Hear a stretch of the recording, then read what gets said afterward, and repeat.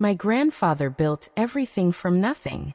His name was Elias Vance, and he started with a single truck and a dream, hauling construction materials for bigger companies, working 16-hour days, sleeping in that truck when he couldn't afford a room. By the time my father was born, he owned 3 trucks. By the time I was born, he owned a fleet. Vance Construction wasn't just a company.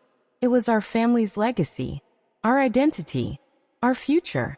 My name is Zunri. I'm the oldest grandchild. From the time I could walk, my grandfather had me on job sites. Not working, just watching, learning, absorbing. This will be yours someday, he'd tell me, his rough hand on my shoulder. You're the one who understands.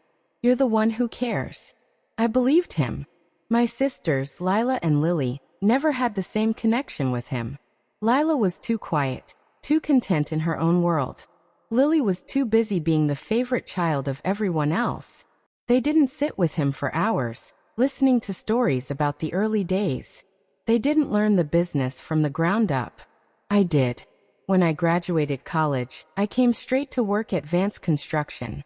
Started at the bottom, just like my grandfather wanted. Worked my way up from assistant to manager to vice president.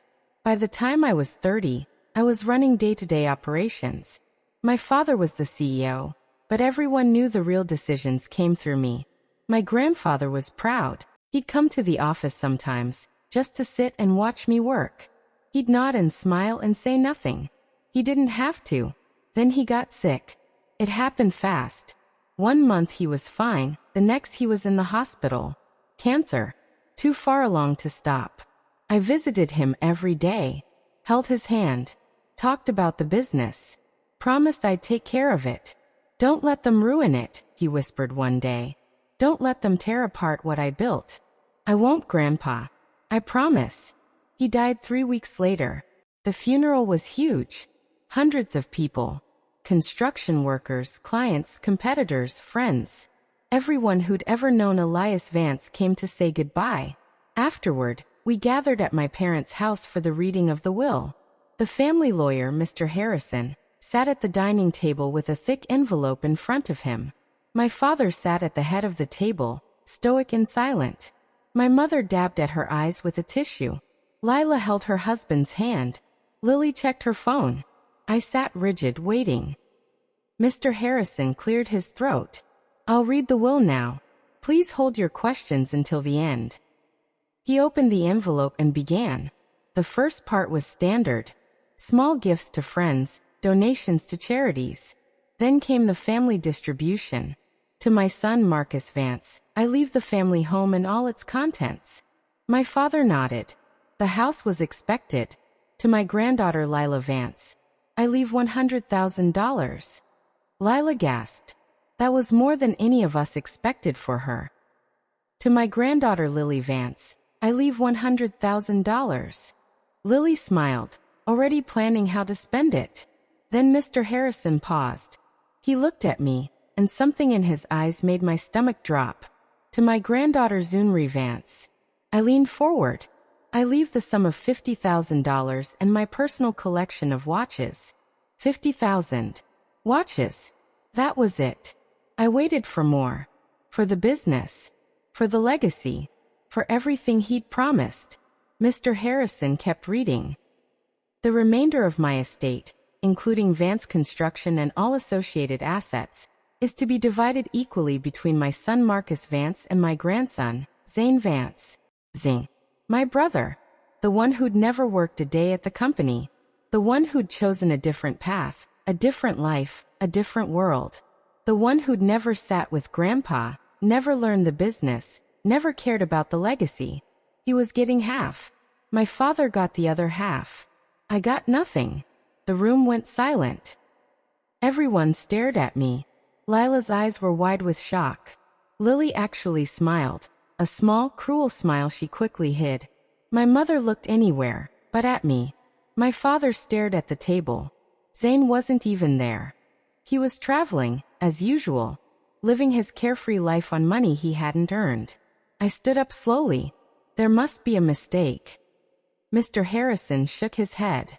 No mistake, Sunri. This is your grandfather's final will, properly witnessed and executed. But he promised me. For years he promised me. The business was supposed to be mine. My father spoke for the first time. He changed his mind, Zunri. It happens. Changed his mind. When? Why? No one answered. I looked at my mother. Did you know about this? Her face flushed. I knew there were changes. Your father and I discussed it with him. You discussed it? Without me. Zunri, calm down. Calm down? I've given my whole life to that company. 15 years. I built it. I ran it. I made it what it is today. And now you're telling me it goes to Zane? Zane, who's never even shown up for a board meeting. Lily spoke up. Maybe Grandpa thought you needed a break. You've been so stressed lately. I turned on her. Don't pretend you care. You've never cared about anything except what you can get. Zunri. My mother's voice was sharp. That's enough. No. It's not enough. It will never be enough. I deserve answers. My father stood up. You'll get answers when we're ready to give them. Not before. This conversation is over. I walked out. The next few weeks were a blur. I couldn't eat. Couldn't sleep. Couldn't work. Not that I had a job anymore. My father made it clear my position at Vance Construction was no longer needed. Zane flew home for the reading of the will. He looked confused, overwhelmed, completely unprepared for the responsibility he'd been handed. He came to see me. Zunri, I don't want this. I don't know anything about the business. Then give it to me. I can't. Dad won't let me. Since when do you let Dad tell you what to do? He looked away. It's complicated. It's not complicated. It's simple. You take what's mine or you give it back. There's no in between. I'm sorry. Sorry doesn't fix this. He left. I haven't spoken to him since. Lila called every day. I answered sometimes. She was the only one who seemed to understand my pain. I don't get it, she said. Grandpa loved you most. Everyone knew that. Why would he do this? I don't know, but I'm going to find out. I hired a lawyer, not to contest the will. That would be expensive and probably pointless. To investigate. To find out what happened in those last months. Who talked to my grandfather? Who influenced him? It took 3 months. But the truth finally came out. My mother. She'd been visiting my grandfather in the hospital, alone, without telling anyone. She'd brought papers for him to sign. She told him I was stressed, overwhelmed, not ready for the responsibility. She'd convinced him that Zane deserved a chance, that the business needed new blood, that I'd had my turn and failed. I'd grown the company by 40% in 5 years. I'd secured contracts that would keep us profitable for a decade. I'd modernized operations, expanded our reach, built a team that actually functioned. And my mother called that failure. Why? Because she'd never loved me. Because she'd always loved Lily and Zane more. Because she couldn't stand the thought of me having something she couldn't control. I confronted her. Mom, I know what you did. She didn't even pretend to be confused. I did what was best for the family. You destroyed me. I protected your brother. He needs this more than you do. Needs it. He doesn't even want it. He told me himself. He'll learn to want it. With your father's help. And me? What am I supposed to do? She shrugged.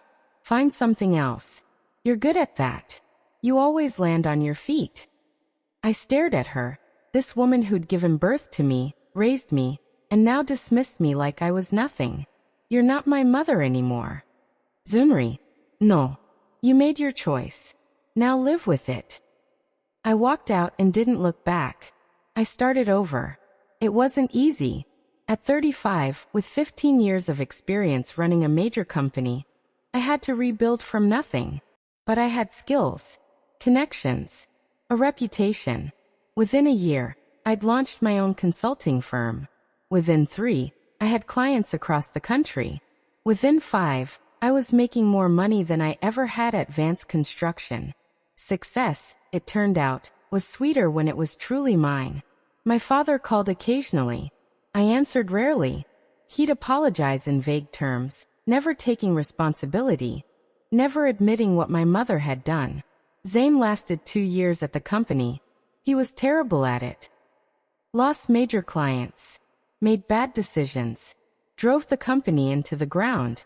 My father bailed him out repeatedly, pouring his own money into a sinking ship. Lily married rich and moved away. She sends Christmas cards. I throw them away. Lila stayed close. We talk every week. She's the only one who never betrayed me. Then 5 years after the will, my father got sick. Heart attack. Emergency surgery. Touch and go for weeks. Lila called me. He's asking for you. I flew home.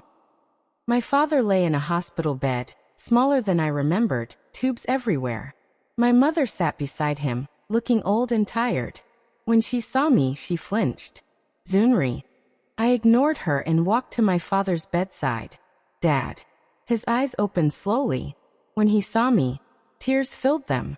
Zunri. My girl. I'm here. I was wrong. His voice was barely a whisper. So wrong. About everything. It's okay. It's not okay. I let her do it. I let her take everything from you. I should have stopped her. My mother started crying. I did what I thought was best. You did what was best for you. For Lily. For Zayn. Never for me. She didn't answer. She couldn't. My father squeezed my hand. The company is gone. Zayn ran it into the ground. I spent everything trying to save it. There's nothing left. I know. I'm sorry. I'm so sorry. I held his hand and let him talk. He talked for a long time, apologizing for every failure, every moment he'd let me down. When he finally fell asleep, I sat there, not knowing what to feel. He died 3 days later. At the funeral, I sat with Lila. My mother sat alone. Lily flew in for the service and left immediately after. Zayn gave a speech that made everyone cringe. Afterward, my mother approached me. Zunri, can we talk? I looked at her. This woman who'd never loved me, who'd stolen my legacy, who'd destroyed my relationship with my grandfather. No. Please. I'm old. I'm alone. You need nothing from me. You made sure of that years ago. I walked away. Lila found me later. Are you okay? I've fine. Better than fine. Where do you go from here? I smiled. Forward. Always forward. And I did. Today, my consulting firm is one of the best in the country. I have clients on 3 continents. I employ dozens of people. I've built something that's mine, completely mine, untouchable by anyone. Lila's children call me Auntie Zunri. I spoil them rotten. Not with guilt money, with love. My mother lives alone in the family home. I hear she's lonely. I don't care. Zayn works at a car dealership. He seems happy, in his own way. Lily divorced and moved again. We don't speak. And me? I'm free. Finally, completely free. Everyone thought I'd inherit the business. The will shocked us all. But in the end, losing it was the best thing that ever happened to me. Because I didn't need their legacy. I built my own. And it's better than anything they could have given me.